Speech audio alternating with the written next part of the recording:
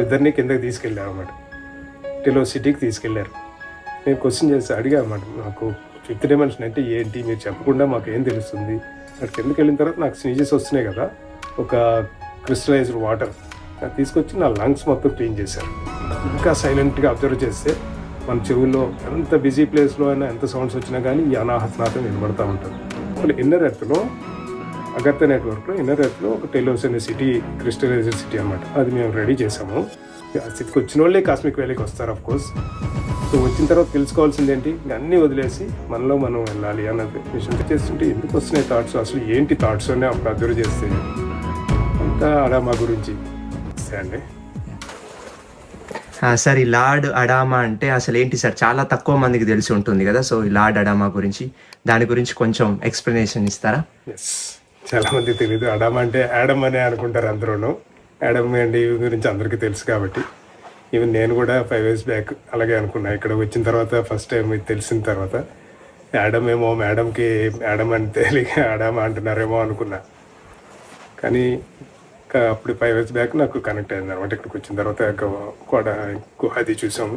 పెద్దగా హిస్టరీ తెలియదు కానీ బస్ ఇక్కడికి వస్తే ధ్యానం చేసుకుంటే చాలా బాగా అనిపించింది. సో తర్వాత నేను ఇక్కడ కనెక్ట్ అవ్వటం డార్మెటరీ కోసమని, డార్మెటరీ కన్స్ట్రక్షన్ కోసం పత్రి గారు ఇక్కడ చెప్తే ఆ వర్క్ మీద వచ్చాను. సో డార్మెటరీ కన్స్ట్రక్ట్ చేసే ముందు ధ్యానంలో కూర్చుంటే ఆర్కిటోరియన్స్ కనెక్ట్ అయ్యారు. సో ఆర్కిటోరియన్స్ అదే ఈ చాలా చోట్ల ఇది కట్టాలని చూస్తున్నాము, ఇలాంటి ఒక డార్మెటరీ ఎర్త్ మీద ట్రై చేస్తుంటే బెడ్ పెట్టకముందే అబార్షన్ అయిపోతుంది అన్నారు. అప్పుడు ఇమ్మీడియట్గా అర్థం కాలేదు కానీ తర్వాత వాళ్ళే ఎక్స్ప్లెయిన్ చేశారన్నమాట. నువ్వు ఫీల్డ్ వదిలి వెళ్ళిపోవద్దు, ఏదో ప్రాబ్లమ్స్ వస్తాయి వదిలేసి వెళ్ళిపోతున్నారు, వదిలేసి వెళ్ళిపోతే మేమేం చేయలేం, కానీ నువ్వు అక్కడ నించొని ఉంటే ఆ ప్రాబ్లమ్స్ మేమే రిజాల్వ్ చేస్తాం, అన్నీ కావాల్సిన ఫండింగ్ వస్తుంది, అన్నీ వస్తాయి, నువ్వు ఫీల్డ్ మాత్రం వదిలి వెళ్ళిపోవద్దు అన్నారు. ఓకే, నేను ఒకసారి కమిట్మెంట్ ఇస్తే నేను పూర్తి అయ్యే వరకు ఉంటాను అని నేను వాళ్ళకి ఇవార్డు ఇచ్చాను నేను. సో వర్క్ మొదలైనప్పుడు ఫండింగ్ ఏదో చేసి ఒక షెడ్ వేద్దామని వచ్చాము. అప్పుడు అడామా మళ్ళీ ధ్యానంలో అడామా కనెక్ట్ అవ్వడం జరిగింది. సో తను అన్నది, నువ్వు ఫండింగ్ కోసం నువ్వు అస్సలు వర్రీ అవ్వసం లేదు, ఫండ్స్ అన్నీ అవే అరేంజ్ అవుతాయి, మేము చూసుకుంటాం అదంతా, ప్రతి రూపాయికి అకౌంట్ రాయి అంతా, అది తర్వాత ఫండ్ మాత్రం మిస్యూజ్ అవ్వకుండా ఉంటే ఫండింగ్ అంతా మేము చూసుకుంటా ఉన్నారు. ఓకే, మిస్యూజ్ అవ్వదని నేను కాన్ఫిడెంట్, వాళ్ళకి కూడా నేను వర్డ్ ఇచ్చాను. సో అలాగే అంతా అకౌంటింగ్ క్లియర్గా రాస్తూ వెళ్తుంటే అలా ఫండ్ ఏదో 20 lakhs అవుతుంది అనుకునేది అలా అలా అలా పెరిగిపోయి 3 షెడ్ అనుకునేదేమో 3 story బిల్డింగ్ అయింది. ఒక ఆర్కిటెక్ట్ కానీ, ఒక సివిల్ ఇంజనీర్ కానీ, సూపర్వైజర్ కానీ ఎవ్వరూ లేరు అన్నమాట. అలాగంతా వాళ్ళే అందరూ నా ద్వారా చేయించుకున్నారు అందరూ. సో అప్పుడు అడామా గురించి కనెక్ట్ అవ్వటం, నాకు ఏమనిపించినా వచ్చి, ఏ ప్రాబ్లం వచ్చినా వచ్చి ఇక్కడ ధ్యానం చేసుకోవటం, ఆటోమేటిక్గా ప్రాబ్లం రిజాల్వ్ అవటం అలా జరిగింది. ఫస్ట్ అడామాతోటి అది నా కనెక్టివిటీ. సో ఫస్ట్ మీకు ధ్యానంలో లార్డ్ అడామా గురించి తెలిసినప్పుడు సో మీకు అసలేం తెలియదు కదా, సో మీరు క్వశ్చన్ వేసారా, లేదంటే తెలుసుకున్నారా తర్వాత నిజంగా లార్డ్ అడామా ఉన్నాడా ఏంటి అని, దాని స్టోరీ ఏంటి, మరి ఎక్కడ ఏ డైమెన్షన్ మాస్టర్ అని, సో మీకు ఎలా తెలుసా ఈ డీటెయిల్స్? నేను దాని గురించి ఏమీ డిగౌట్ చేయలేదు ఇన్ఫర్మేషన్, ఎందుకంటే ఇక్కడ అన్నీ మిరాకిల్సే. ఓకే, చాలా అన్నోన్ థింగ్స్ అన్నీ, ఏదో ఉన్న దేవుళ్ళు తెలుసు తప్పితే మిగతా ఈజిప్షియన్ గాడ్స్ గురించి అవన్నీ నాకు కొంచెం న్యూ థింగ్స్ అవన్నీ. సో దీని గురించి కూడా నేను ఏం ట్రై చేయలేదు. ఓకే, సో ఇక్కడ హిందీ పిఎంసి అంటే 2 years తర్వాత అనమాట, డార్మెటరీ ఓపెన్ అయిన తర్వాత Hindi PMC brand ambassadors meet జరిగింది. అప్పుడు 3 hours మెడిటేషన్ అక్కడే డార్మెటరీలో పైన మీటింగ్ హాల్లో 3 hours మార్నింగ్ మెడిటేషన్ చేస్తుంటే ఏదో నాకు ఊరిక థాట్స్ వస్తున్నట్లు అనిపించాయి. ఏంటో ఇంత బాగా మెడిటేషన్ జరుగుతుంది, అందరూ నాకు ఎందుకు ఇన్ని థాట్స్ వస్తున్నాయి, ఎప్పుడు లేనిది, ఇక్కడ ఎంత బాగా ధ్యానం జరుగుతుంది కదా అని అలా నాకు నేనే 1 hour తర్వాత ఇంకా keep on I was trying అనమాట. ట్రై చేస్తుంటే ఎందుకు వస్తున్నాయి థాట్స్, అసలు ఏంటి థాట్స్ అని అప్పుడు అబ్జర్వ్ చేస్తే అంతా అడామా గురించి, టైమ్ హెస్ కమ్ నౌ, ఇప్పుడు నువ్వు చెప్పాలి టెలోస్ గురించి, టెలోసిటీ ఏంటి ఇవన్నీ చెప్పాలి నువ్వు అని చాలా సబ్జెక్ట్ వస్తుంది. ఇదంతా ఎంటర్ న్యూ థింగ్ ఇది నాకు. సో ఓకే చెప్పమన్నారు కదా అని నేను రెడీ అయ్యాను.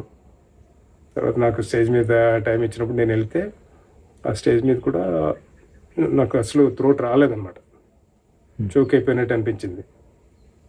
ఓకే. నేను ఇంకా వాళ్ళకి అదేం ప్రిపేర్ అవ్వలేదు. నాకు సబ్జెక్ట్ లేదు. అంతా చేశానని వెళ్ళి చెప్పేసి థ్యాంక్స్ చెప్పి వచ్చేసాను. అప్పుడు స్ట్రైట్‌గా ఇక్కడికి వచ్చా. ఇక్కడ కూర్చొని ధ్యానం చేసుకొని అసలు నేను ఇంట్రెస్టెడే కాదు. వెళ్ళి చెప్పమన్నారు. చెప్పమన్న తర్వాత నా తోటి చోక్ అయిపోయిందంటే అది మీరే ఆపుంటారు. సో ఏంటిది ఇది అంటే, లేదు అక్కడ 85% పీపుల్ ఇంకా they are not ready for ascension గురించి కానీ ఇవన్నీ ఇన్నర్ ఎర్త్ గురించి కానీ చెప్తే నమ్మేవాళ్ళు లేరు అక్కడ. సో అందుకనే అప్పటికి ఆ టైం వచ్చేసింది. బట్ ఇక్కడి నుంచి ఒక 3 months టైంలో నువ్వు చెప్పాల్సిన టైం వస్తుంది. సో ప్రిపేర్ అవ్వు. అప్పుడు నేను డిగౌట్ చేశాను. సో టెలోస్ 1, 2, 3 అని ఇన్నర్ ఎర్త్ గురించి అని ఇవన్నీ అప్పుడు కొంచెం చదవడం మొదలుపెట్టాను. కొంచెం ఆ సబ్జెక్ట్ అంతా అక్కడ వచ్చిందే అప్పుడు వచ్చిందే. ఇప్పుడు అథారిటికల్గా నాకు అథెంటిక్గా బుక్స్లో అవన్నీ సబ్జెక్ట్ వచ్చిందనమాట. సో అప్పుడు అలాగా ఇక్కడ వచ్చి రెగ్యులర్గా వచ్చి ధ్యానం చేయటం, ఎవరు వచ్చినా తీసుకొచ్చి నేను ఇక్కడ ధ్యానం చేయించడం, సో అవన్నీ చేస్తుండగా ఆ సబ్జెక్ట్ అంతా అలా తెలిసింది. తర్వాత యాక్చువల్గా వీళ్ళంతా ఒక 25,000 years బ్యాక్ మనకి ఇండియా, ఆఫ్రికా అండ్ న్యూజిలాండ్ అంత పెద్ద 3 కాంటినెంట్స్ని కలిపినంత పెద్ద కాంటినెంట్ ఒకటి ఉండేది. కుమారి ఖండం అంటారు. సో ఆ కుమారి ఖండంలో ఈ లెమోరియన్స్ ఫస్ట్ జనరేషన్ వాళ్ళంతా ఉండేవారు అన్నమాట. వీళ్ళు చాలా సాఫ్ట్ నేచర్, ఒక spiritual people, 5th dimension people. So అక్కడే అట్లాంటిస్ వాళ్ళు టెక్నికల్గా చాలా సౌండ్, వాళ్ళు చాలా అడ్వాన్స్డ్ పీపుల్ టెక్నికల్గా. సో వీళ్ళు ఉన్నప్పుడు వాళ్ళు అట్లాంటిస్ ఒక వాటర్ తోటి న్యూక్లియర్ బాంబ్ తయారు చేశారు. అది ఈయన అడామా అంటే లెమోరియన్స్ యొక్క హైప్రిస్ట్. సో ఈయనకి అలాగే ఈయన 5th dimension పర్సన్, వాళ్ళు ఏం జరుగుతుందంతా ఈయనకి తెలిసిపోతుంటుంది. సో ఈయన ఉన్న లెమోరియన్స్ అందరికీ చెప్పిండు అన్నమాట, వీళ్ళు న్యూక్లియర్ బాంబు మన మీద వేస్తారు, ఎందుకు తయారు చేసిన తర్వాత దాన్ని ఎవరో యూజ్ చేయాలి కదా, సో మన మీదే ప్రయోగం చేస్తారు, సో అందరం చనిపోతాము అని చెప్పి ఈయన ఎర్త్ లోపల ఇన్నర్ ఎర్త్లో, అగర్త నెట్వర్క్లో ఇన్నర్ ఎర్త్లో ఒక టెలోస్ అనే సిటీ, క్రిస్టలైజ్డ్ సిటీ అనమాట, అది మేము రెడీ చేసాము. సో మనందరం అక్కడికి వెళ్ళిపోతే వీ కెన్ సర్వైవ్, మనం బతకొచ్చు. సో వెళ్ళి చూసి వచ్చాను. అందరూ వెళ్ళిపోదాం అంటే మిగతా మ్యాక్సిమం పీపుల్ అందరూ లేదు, మేము మెడిటేటర్స్ని, మాకు చావు అంటే ఏం భయం లేదు, సో చావు వస్తే చచ్చిపోతాం అంతే తప్పితే చావు గురించి ఎక్కడ పరిగెత్తుతాము, చావు నుంచి తప్పించుకోవడం ఎవరు తప్పించుకోవడానికి అవ్వదు, అది మేము రామన్నారు వాళ్ళు. సరే మీ ఇష్టం అయితే అని చెప్పి ఆయన వెళ్తుంటే ఆయనతో పాటు కొంతమంది 25,000 పీపుల్ అలా ఆయనతో పాటు వెళ్ళారన్నమాట. ఎక్కడ కాలిఫోర్నియా, అమెరికాలో కాలిఫోర్నియా సిటీ దగ్గర ఉన్న మౌంట్ షస్తా. మౌంట్ షస్తా అంటే మీకు తెలిసే ఉంటుంది, అది ఎర్త్ యొక్క మూలాధార చక్ర. సో మౌంట్ షస్తా నుంచి వీళ్ళంతా లోపలికి వెళ్ళిపోయి, అక్కడ నుంచి పోర్టల్ ఉంది, ఆ పోర్టల్ ద్వారా అందరూ లోపలికి వెళ్ళిపోయి 850 miles inside the earth. So 850 miles లోపల వీళ్ళ సిటీ ఉంది, టెలోస్ అనే పేరు దానికి. సో అదంతా క్రిస్టల్స్ తోటి తయారు చేశారు. సో అక్కడ ఆ సిటీలో అంతా ఈవెన్ సన్ కూడా, ఎర్త్ లోపల సన్ ఎలాగ వస్తుంది అంటే అదంతా క్రిస్టలైజ్డ్, పెద్ద క్రిస్టల్ ద్వారానే లైటింగ్ ఎంత కావాలంటే అంత లైటింగ్ వస్తుంది. మనలాగా అడ్వర్స్గా కండిషన్స్ ఏమి ఉండవు, హెవీ రెయిన్స్ కానీ హెవీ సమ్మర్ కానీ అలాగే ఉండవు. న్యాచురల్ లైటింగ్, కూల్ లైటింగ్ అంతానే, ఎంత లైటింగ్ కావాలంటే అంత వస్తుంది. సో ఆ క్రిస్టల్ సిటీ అంతా, అది అంతా 5th dimensionలో ఉన్నారు వాళ్ళంతా. సో అక్కడికి వెళ్ళిపోయారు వీళ్ళు. కానీ అప్పుడు నేను చెల్లిన దగ్గర నుంచి ఏదైతే కుమారి ఖండం, అక్కడ నిజంగానే అక్కడ బాంబ్ బ్లాస్ట్ జరిగింది. ఆ ఖండం కాంటినెంట్ ఇట్సెల్ఫ్ మొత్తం సముద్రంలో మునిగిపోయింది మొత్తం. సో అప్పటి నుంచి వాళ్ళు చాలా అయిపోయిన తర్వాత అప్పుడు అంతా రియలైజ్ అయ్యారనమాట, ఎస్ మన యొక్క ఏగో వల్ల మొత్తం భూమి అంతా ఈ విధంగా జరిగింది, ఎంతమంది చనిపోయారు. సో బతుకున్న వాళ్ళు మనమన్నా కమింగ్ జనరేషన్స్ ఇలా జరగకుండా మనం చూసుకోవాలి అని అప్పటి నుంచి వాళ్ళు ట్రై చేస్తున్నారు. సో ఇన్నాళ్ళ నుంచి ట్రై చేస్తున్నా మనం వాళ్ళని రిసీవ్ చేసుకునే ఎనర్జీ మనకు లేక, మనం రిసీవ్ చేసుకునే నాలెడ్జ్ మనకు లేక వాళ్ళు ట్రై చేస్తున్నారు, కానీ మనం ఆ స్థితికి రాలేదు. పత్రికారి వలన అయితేనేంటి, మిగతా గురువుల వల్ల అయితే ఎలాగైతే మనం అలాగలా ఆ ఎనర్జీకి ఇప్పుడు చేరుకున్నాం లక్కీగా. సో ఇప్పుడు ఆయన అందరికీ కనెక్ట్ అయ్యి అందరినీ ఇక్కడ తీసుకొస్తున్నాడు. అందరికీ ఆ నాలెడ్జ్ నేను షేర్ చేస్తున్నా కూడా చాలాసార్లు యాక్చువల్గా నన్ను చాలా ప్రైజ్ చేశారన్నమాట. మిగతా థర్డ్ మాస్టర్స్ అందరూ చూసినప్పుడు వచ్చి నాకు దండ ఎటువంటి ఎంతో ఈ ప్రైజెస్ మీ అందరికీ నాలెడ్జ్ షేర్ చేస్తున్నందుకు చాలా థ్యాంక్స్ చెప్తుంటారు వాళ్ళు. ఇన్ఫాక్ట్ అడమతో కనెక్ట్ అయిన తర్వాత నేను అబండెన్స్లో ఉన్నాను, అంత హ్యాపీగా ఇక్కడ వర్క్ అంతా ఎంతవరకు ఈజీగా అయిపోతుంది. ఇక్కడ ఓన్లీ కాస్మిక్ వ్యాలీ కాదు, ఇండియాలో వేరియస్ ప్లేసెస్లో, నాట్ ఓన్లీ ఇండియా, ఈవెన్ కెనడాలో, యూఎస్ఏలో కూడా వర్క్షాప్స్ ఆర్గనైజ్ చేయగలిగాయి ఇక్కడ ఉండి. సో అలాగే ఎన్నో వర్క్స్ అలా నా ద్వారా మల్టిపుల్ వర్క్స్ ప్యారలల్గా జరిగిపోతున్నాయి అంతే. నేను చేసింది ఏం లేదు కానీ బట్ నా ద్వారా జరుగుతున్నాయి అవన్నీ. అంతా బికాస్ ఆఫ్ హిమ్. ఎడమ అంత సపోర్ట్గా అంతగా స్ప్రెడ్ అవుతుంది ఇదంతా. సో దానికోసమే టెలోస్ ఇండియా అనే వెబ్సైట్ కూడా స్టార్ట్ చేయడం జరిగింది. ఫారినర్స్ కూడా ఆల్రెడీ వస్తున్నారు అది చూసి కూడాను. చాలా ఆయన కనెక్ట్ అయిన తర్వాత చాలా చేంజెస్ నేను అబ్జర్వ్ చేశాను. ఒకసారి అయితే ఎగ్జాంపుల్గా మాకు ఒక ఫ్రెండ్ సర్దార్జీ అనమాట, ఢిల్లీలో ఉంటారు, క్లోజ్ ఫ్రెండ్. సో వాళ్ళు చిన్న గ్రూప్ వస్తే అందరూ కలిసి ఒకరోజు అన్ని శక్తిపీఠాలు క్లీనింగ్ అని పెట్టుకున్నాం. అంతా కింద ఉన్న శక్తిపీఠాలు అన్నీ వాళ్ళందరూ వాళ్ళ చూస్ చేసుకున్నారు. లాస్ట్లో సర్దార్జీ ఒకడే ఉండిపోయాడు. సో నేను అడామా కేవ్ చేస్తాను సార్ అన్నాడు. కొండ మీద కదా ఒకడే వాటర్ ఇది తీసుకెళ్ళాలి కదా, ఓకే నేను కూడా వస్తాను, మన ఇద్దరం చేద్దామని. సో ఇద్దరం వచ్చి ఇది చూస్ చేసుకున్నాం. ఇద్దరం వచ్చి ఇక్కడ కూర్చొని సో 5 minutes ధ్యానం చేసి అప్పుడు మొదలు పెడదామని ఇద్దరం ధ్యానం కూర్చుంటే అడం వచ్చి గెట్అవుట్ అని కింద వరకు ఆయన పంపించేశాడు. పాపం ఇదేంటి ఇంత ఇన్ని చోట్ల జరుగుతుంటే ఇలా గెట్అవుట్ అంటారు, నేనేం తప్పు చేశానని పాపం తను లిటరలీ వాజ్ క్రయింగ్ అనమాట. అక్కడ కూర్చొని ఆ మెట్ల కింద కూర్చొని నేనేం తప్పు చేశానో నాకైతే తెలియట్లేదు, ప్లీజ్ లెట్ మీ నో, దయచేసి చెప్పండి అని తను లిటరలీ వాజ్ క్రయింగ్. అక్కడే ధ్యానంలో కూర్చొని రిక్వెస్ట్ చేసి ఇక్కడ నన్ను కాదు వెళ్ళి బుద్ధుడి దగ్గరికి వెళ్ళి అడుగు, కృష్ణ సార్ నేను వస్తాను, కిందకి వెళ్ళి వస్తాను అని చెప్పి వెళ్ళిపోయాడు. నాకు అప్పుడు ఏం చెప్పలేదు. వెళ్ళిన తర్వాత బుద్ధుడి దగ్గరికి వెళ్ళి అక్కడ ధ్యానం కూర్చొని అడమ నన్ను వెళ్ళిపోమన్నారు, నేను ఏం తప్పు చేసినా తెలీదు, నాకు మీరేనే చెప్పండి అని ఆడ కూర్చుంటే అప్పుడు బుద్ధిజంలో ఉన్నాడంట, బుద్ధుడి ఫాలోవరు. ఆ బుద్ధిజంలో ఉన్నప్పుడు సడన్గా మధ్యలో ఈ లెఫ్ట్ బుద్ధిజం, ఆయన బుద్ధిజం వదిలేసి వెళ్ళిపోయాడు అన్నమాట. టోటల్ మెడిటేషన్ నుంచి బయటకు వచ్చేసి అది ఆఫ్ ది త్రూ తను వదిలేసి వెళ్ళిపోయాడు. అది ఇప్పుడు మళ్ళీ ఇందులోకి వచ్చి మళ్ళీ ఇది కూడా హాఫ్ వేలో ముంచేస్తాడేమో, హాఫ్ వేలో వదిలేస్తాడేమో అని అది అలా ఉండిపోయింది. అప్పుడు అన్కంప్లీటెడ్ కదా, సో అది అలా ఉండిపోతే అక్కడికి వెళ్ళి అప్పుడు తెలుసుకొని సారీ చెప్పుకొని ఇంక ఈసారి అలా చెయ్యను, నేను అసెన్షన్ కోసం వర్క్ చేస్తాను అని చెప్పి తను అన్ని క్షమాలు చెప్పుకుంటే బుద్ధుడు క్షమించాడు. అప్పుడు మళ్ళీ వచ్చాడమ్మా. వచ్చిన తర్వాత మేమిద్దరు ఇక్కడ కూర్చుంటే బ్యాక్ టు బ్యాక్ ఇలా కూర్చొని ధ్యానం చేయమన్నారు మా ఇద్దరిని. సో ఇద్దరం అలా ఎందుకు చెప్పారో తెలీదు, అవ్వదు, ఇద్దరు బ్యాక్ టు బ్యాక్ ఇలా నా వెన్నుకు తగిలేలాగా ఇద్దరం కూర్చుంటే మొత్తం నా అన్నీ క్లియర్గా నాకు చాలా క్లియర్గా తెలిసింది. ఇలా గోకి ఇస్తున్నట్టు ఇలా గోకి అన్నీ గోల్డెన్ కవర్ ఉంటే ఆ షీల్డ్ అంతా నాది మొత్తం తీసేసి పక్కనున్న రివర్లోకి విసిరేశారు అన్నమాట. అలా ఏంటి ఇది గోల్డెన్ షీల్డ్ ఏంటి, నాకు ఇవన్నీ ఏంటి అంటే ఇవన్నీ సరికాని నమ్మక వ్యవస్థ, నాకున్న సరికాని నమ్మక వ్యవస్థ అంతా మొత్తం స్క్రాచ్ చేసి తీసి బయటపడేశాడు. సో అప్పుడు ఆ తర్వాత కూడా నాలో చాలా ట్రాన్స్ఫర్మేషన్ జరిగింది, చాలా చేంజెస్ అబ్జర్వ్ చేసుకున్నా క్లియర్గా. నా ఈ ఫాస్ట్ గ్రోత్కి అడమా హెల్ప్ ఎ లాట్ చాలా. సో తర్వాత ఇంకా దీని గురించి ఇంకా చెప్పాలి అంటే, సో అప్పుడు ఇంత నీట్గా అది ఉండేది కాదు, కొద్దిమందే పట్టేవారు. సో ఒకరోజు ఇక్కడ ధ్యానం చేసుకుంటున్నప్పుడు ఇక్కడ వాటర్ పాట్ ఏదైతే ఉందో బ్రాస్ పాట్ పెట్టింది కదా, అక్కడ నుంచి అడమ రావడం పోవడం జరుగుతున్నాను. సో ఇది పోర్టల్ అని అనుకున్నా. కానీ అక్కడే ఒక చైర్ ఉంటే ఆ చైర్లో కూర్చొని ఆ ప్లేస్లో కాళ్ళు పెట్టుకొని కూర్చుండేవారు. సో నాకు అది నచ్చక వెంటనే ఇది మొత్తం ప్లాస్టింగ్ చేసి ఎక్కువ మంది పట్టేలాగా దీన్ని విశాలంగా చేసి అక్కడ ఒక బ్రాస్ పాట్ పెట్టేసి దానిలో వాటర్ వేసి అందులో క్లియర్ క్వార్ట్జ్ క్రిస్టల్ పెట్టాను. అది క్వార్ట్జ్ పెట్టి వాటర్ ఎందుకు వేసానంటే అది నేను క్రాస్ చెక్ చేసుకోవడం కోసం శంపా ముఖర్జీ మేడం వచ్చినప్పుడు ఆమెను తీసుకొచ్చాను. నేను ఈ పోర్టల్ రియల్గా పోర్టలా కాదా నన్ను నేను క్రాస్ చెక్ చేసుకోవడం కోసం ఆయన తీసుకొచ్చి పైకి వచ్చి అక్కడే కూర్చొని ఇద్దరు మెడిటేషన్ చేస్తుంటే అవి వచ్చేసరికి నాకు బాగా స్నీజెస్ వస్తున్నాయి కంటిన్యూస్గా, నోజ్ ఈజ్ రన్నింగ్ అన్నమాట. సో పూర్తిగా కర్చీఫ్ కూడా పూర్తిగా తడిచిపోయింది, అంతలా స్నీజెస్ వస్తుంటే వాళ్ళు కూర్చోగానే రావుజీ हम दोनों को नीचे लेके जा रहे हैं, హాస్పిటల్ నుంచి మా ఇద్దరిని కిందకి తీసుకెళ్ళారు అన్నమాట, టెలో సిటీకి తీసుకెళ్లారు.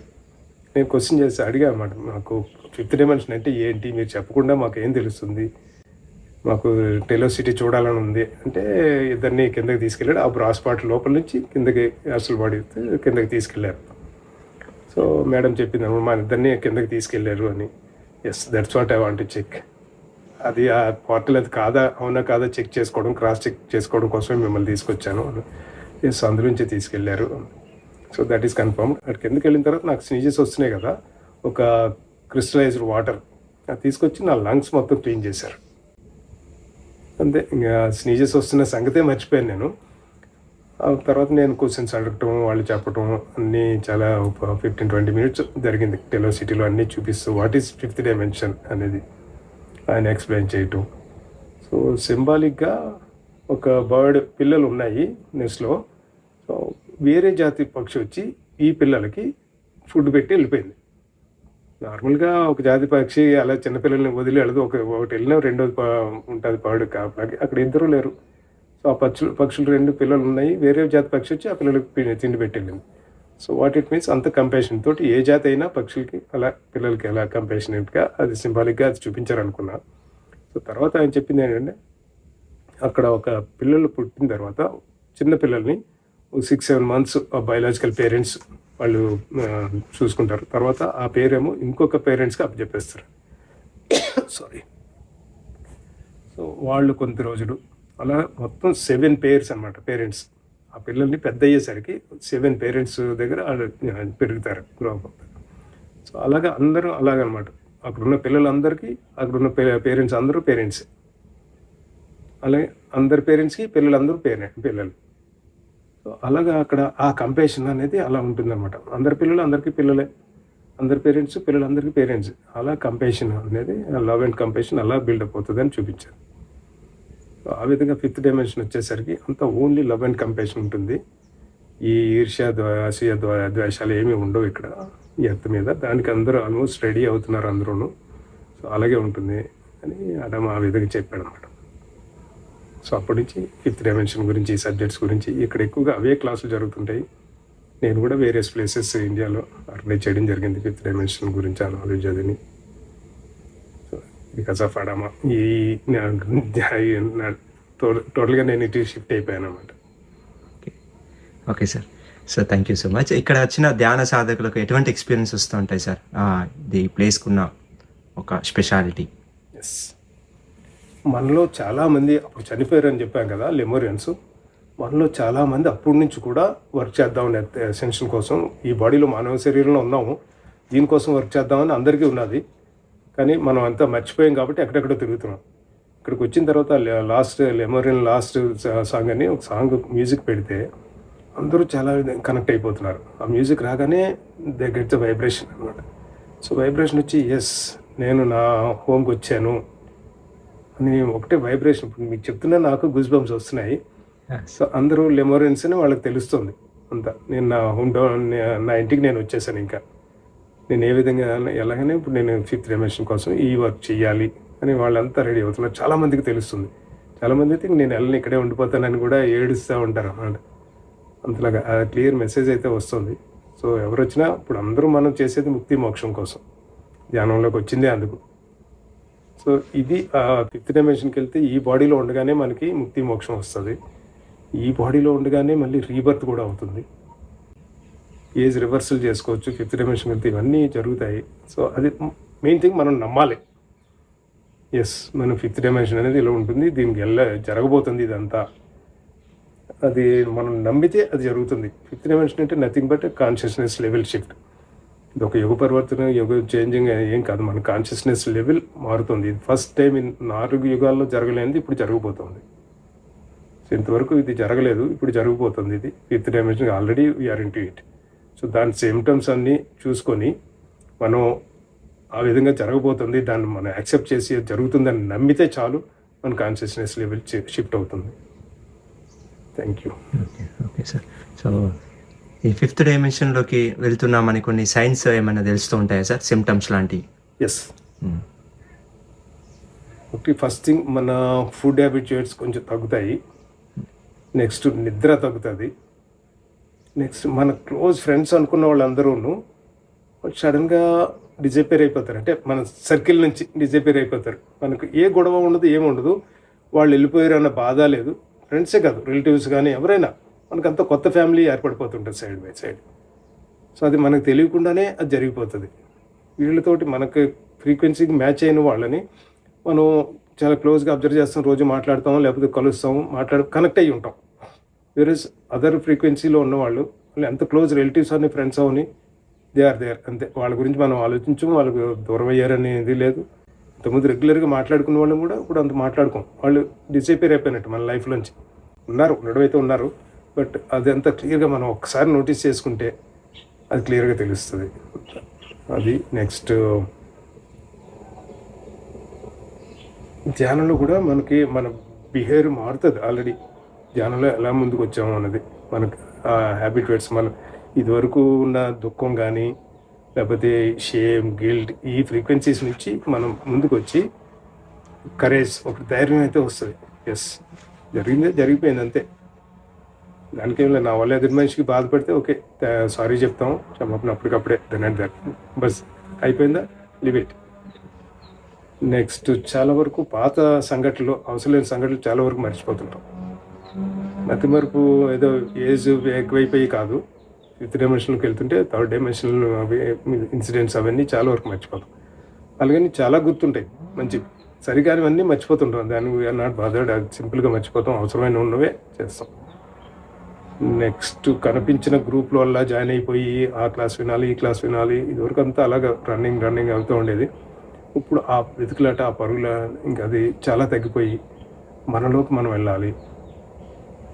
బయట కనిపించేది ఏది అది నిజం కాదు, అంతా మన లోపలే ఉంది. Everything is with in us. So మన లోపలే ఉన్న అన్న విషయం అర్థం అవుతుంది. ఆ వెతుకులాట్లో ఇప్పుడు మనం లోపలికి వెళ్ళడం మొదలు పెడతాం.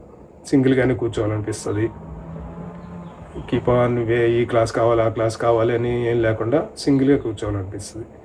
అండ్ చాలామందికి పర్టికులర్గా ఇక్కడ కాస్మిక్ వ్యాలీకి వచ్చిన వాళ్ళకి అనుభవం చేయాల్సింది ఏంటంటే చెవుల్లో అనాహతనాదం వినబడుతుంది. అని అది బయట వచ్చే సౌండ్ కాదు, బయట అక్కడ బాబాజీ కేవ్ దగ్గర వాటర్ ఫాల్స్ ఉంటుంది, అది కూడా కాకుండా ఇంకా సైలెంట్గా అబ్జర్వ్ చేస్తే మన చెవుల్లో ఎంత బిజీ ప్లేస్లో అయినా ఎంత సౌండ్స్ వచ్చినా కానీ ఈ అనాహతనాదం వినబడుతూ ఉంటుంది. అది 5th డైమెన్షన్కి వెళ్ళినట్టు అది సింబల్. అది ఎక్కడ మన హృదయంలోంచి వస్తుంది. సో మన హృదయంలోంచి 2 చప్పుళ్ళు వస్తే సౌండ్ వస్తుంది, కానీ ఈ 2 చప్పుళ్ళు లేవు, ఓన్లీ హృదయంలోంచి ఒక్కటే, దాని నుంచి ఆ సౌండ్ వస్తుంది. సో ఎప్పుడైతే అది మనం వినడం మొదలు పెడతామో మనకి ఇంకా మనసు బయట తిరగదు, లోపలికి వెళ్తూ ఉంటుంది. సో అది ఆ విధంగా కూడా ఇప్పుడు మనకి ఏమీ తోడు అవసరం లేదు, అలా కూర్చోవాలనిపిస్తుంది. ఆ అనాహతనాదం వింటూ ఉంటే ఇంకా అలా డీప్గా లోపలికి వెళ్ళిపోతాం. So that's main. అందరూ అది అబ్జర్వ్ చేసుకోవాలి. ఇంక ఏ మ్యూజిక్ అవసరం లేదు, ఏం అవసరం లేదు, ఒంటరిగా కూర్చోవాలనిపిస్తుంది. ఎవరి క్లాస్ అటెండ్ అవ్వాలనిపించట్లేదు. చాలా చేంజ్ అదైతే చాలామంది అబ్జర్వ్ చేసుకొని చెప్తున్నారు కూడా.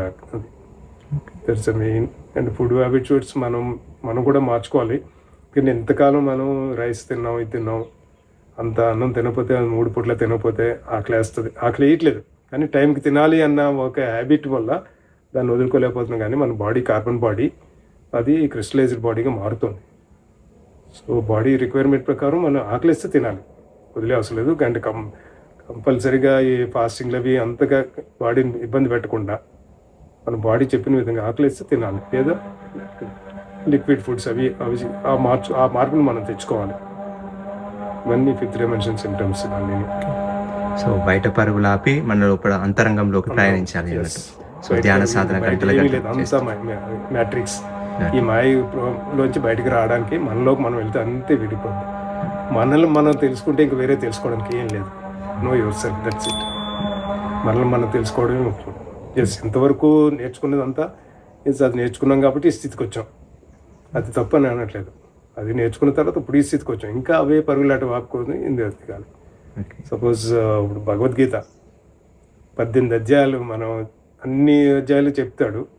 భగవద్గీత టోటల్ 18 చాప్టర్స్ కదా. 18 అధ్యాయాల తర్వాత లాస్ట్లో సర్వధర్మ పరిత్యాగే అని మొత్తం అన్నీ వదిలేయమంటాడు కృష్ణుడు. అన్నీ వదిలేసి మన ఆత్మకి మనం సరెండర్ అవ్వాలంట. సో ఇప్పుడు ఆ స్థితికి రావాలి. ఆ స్థితికి వచ్చిన వాళ్ళే కాస్మిక్ వ్యాలీకి వస్తారు ఆఫ్ కోర్స్.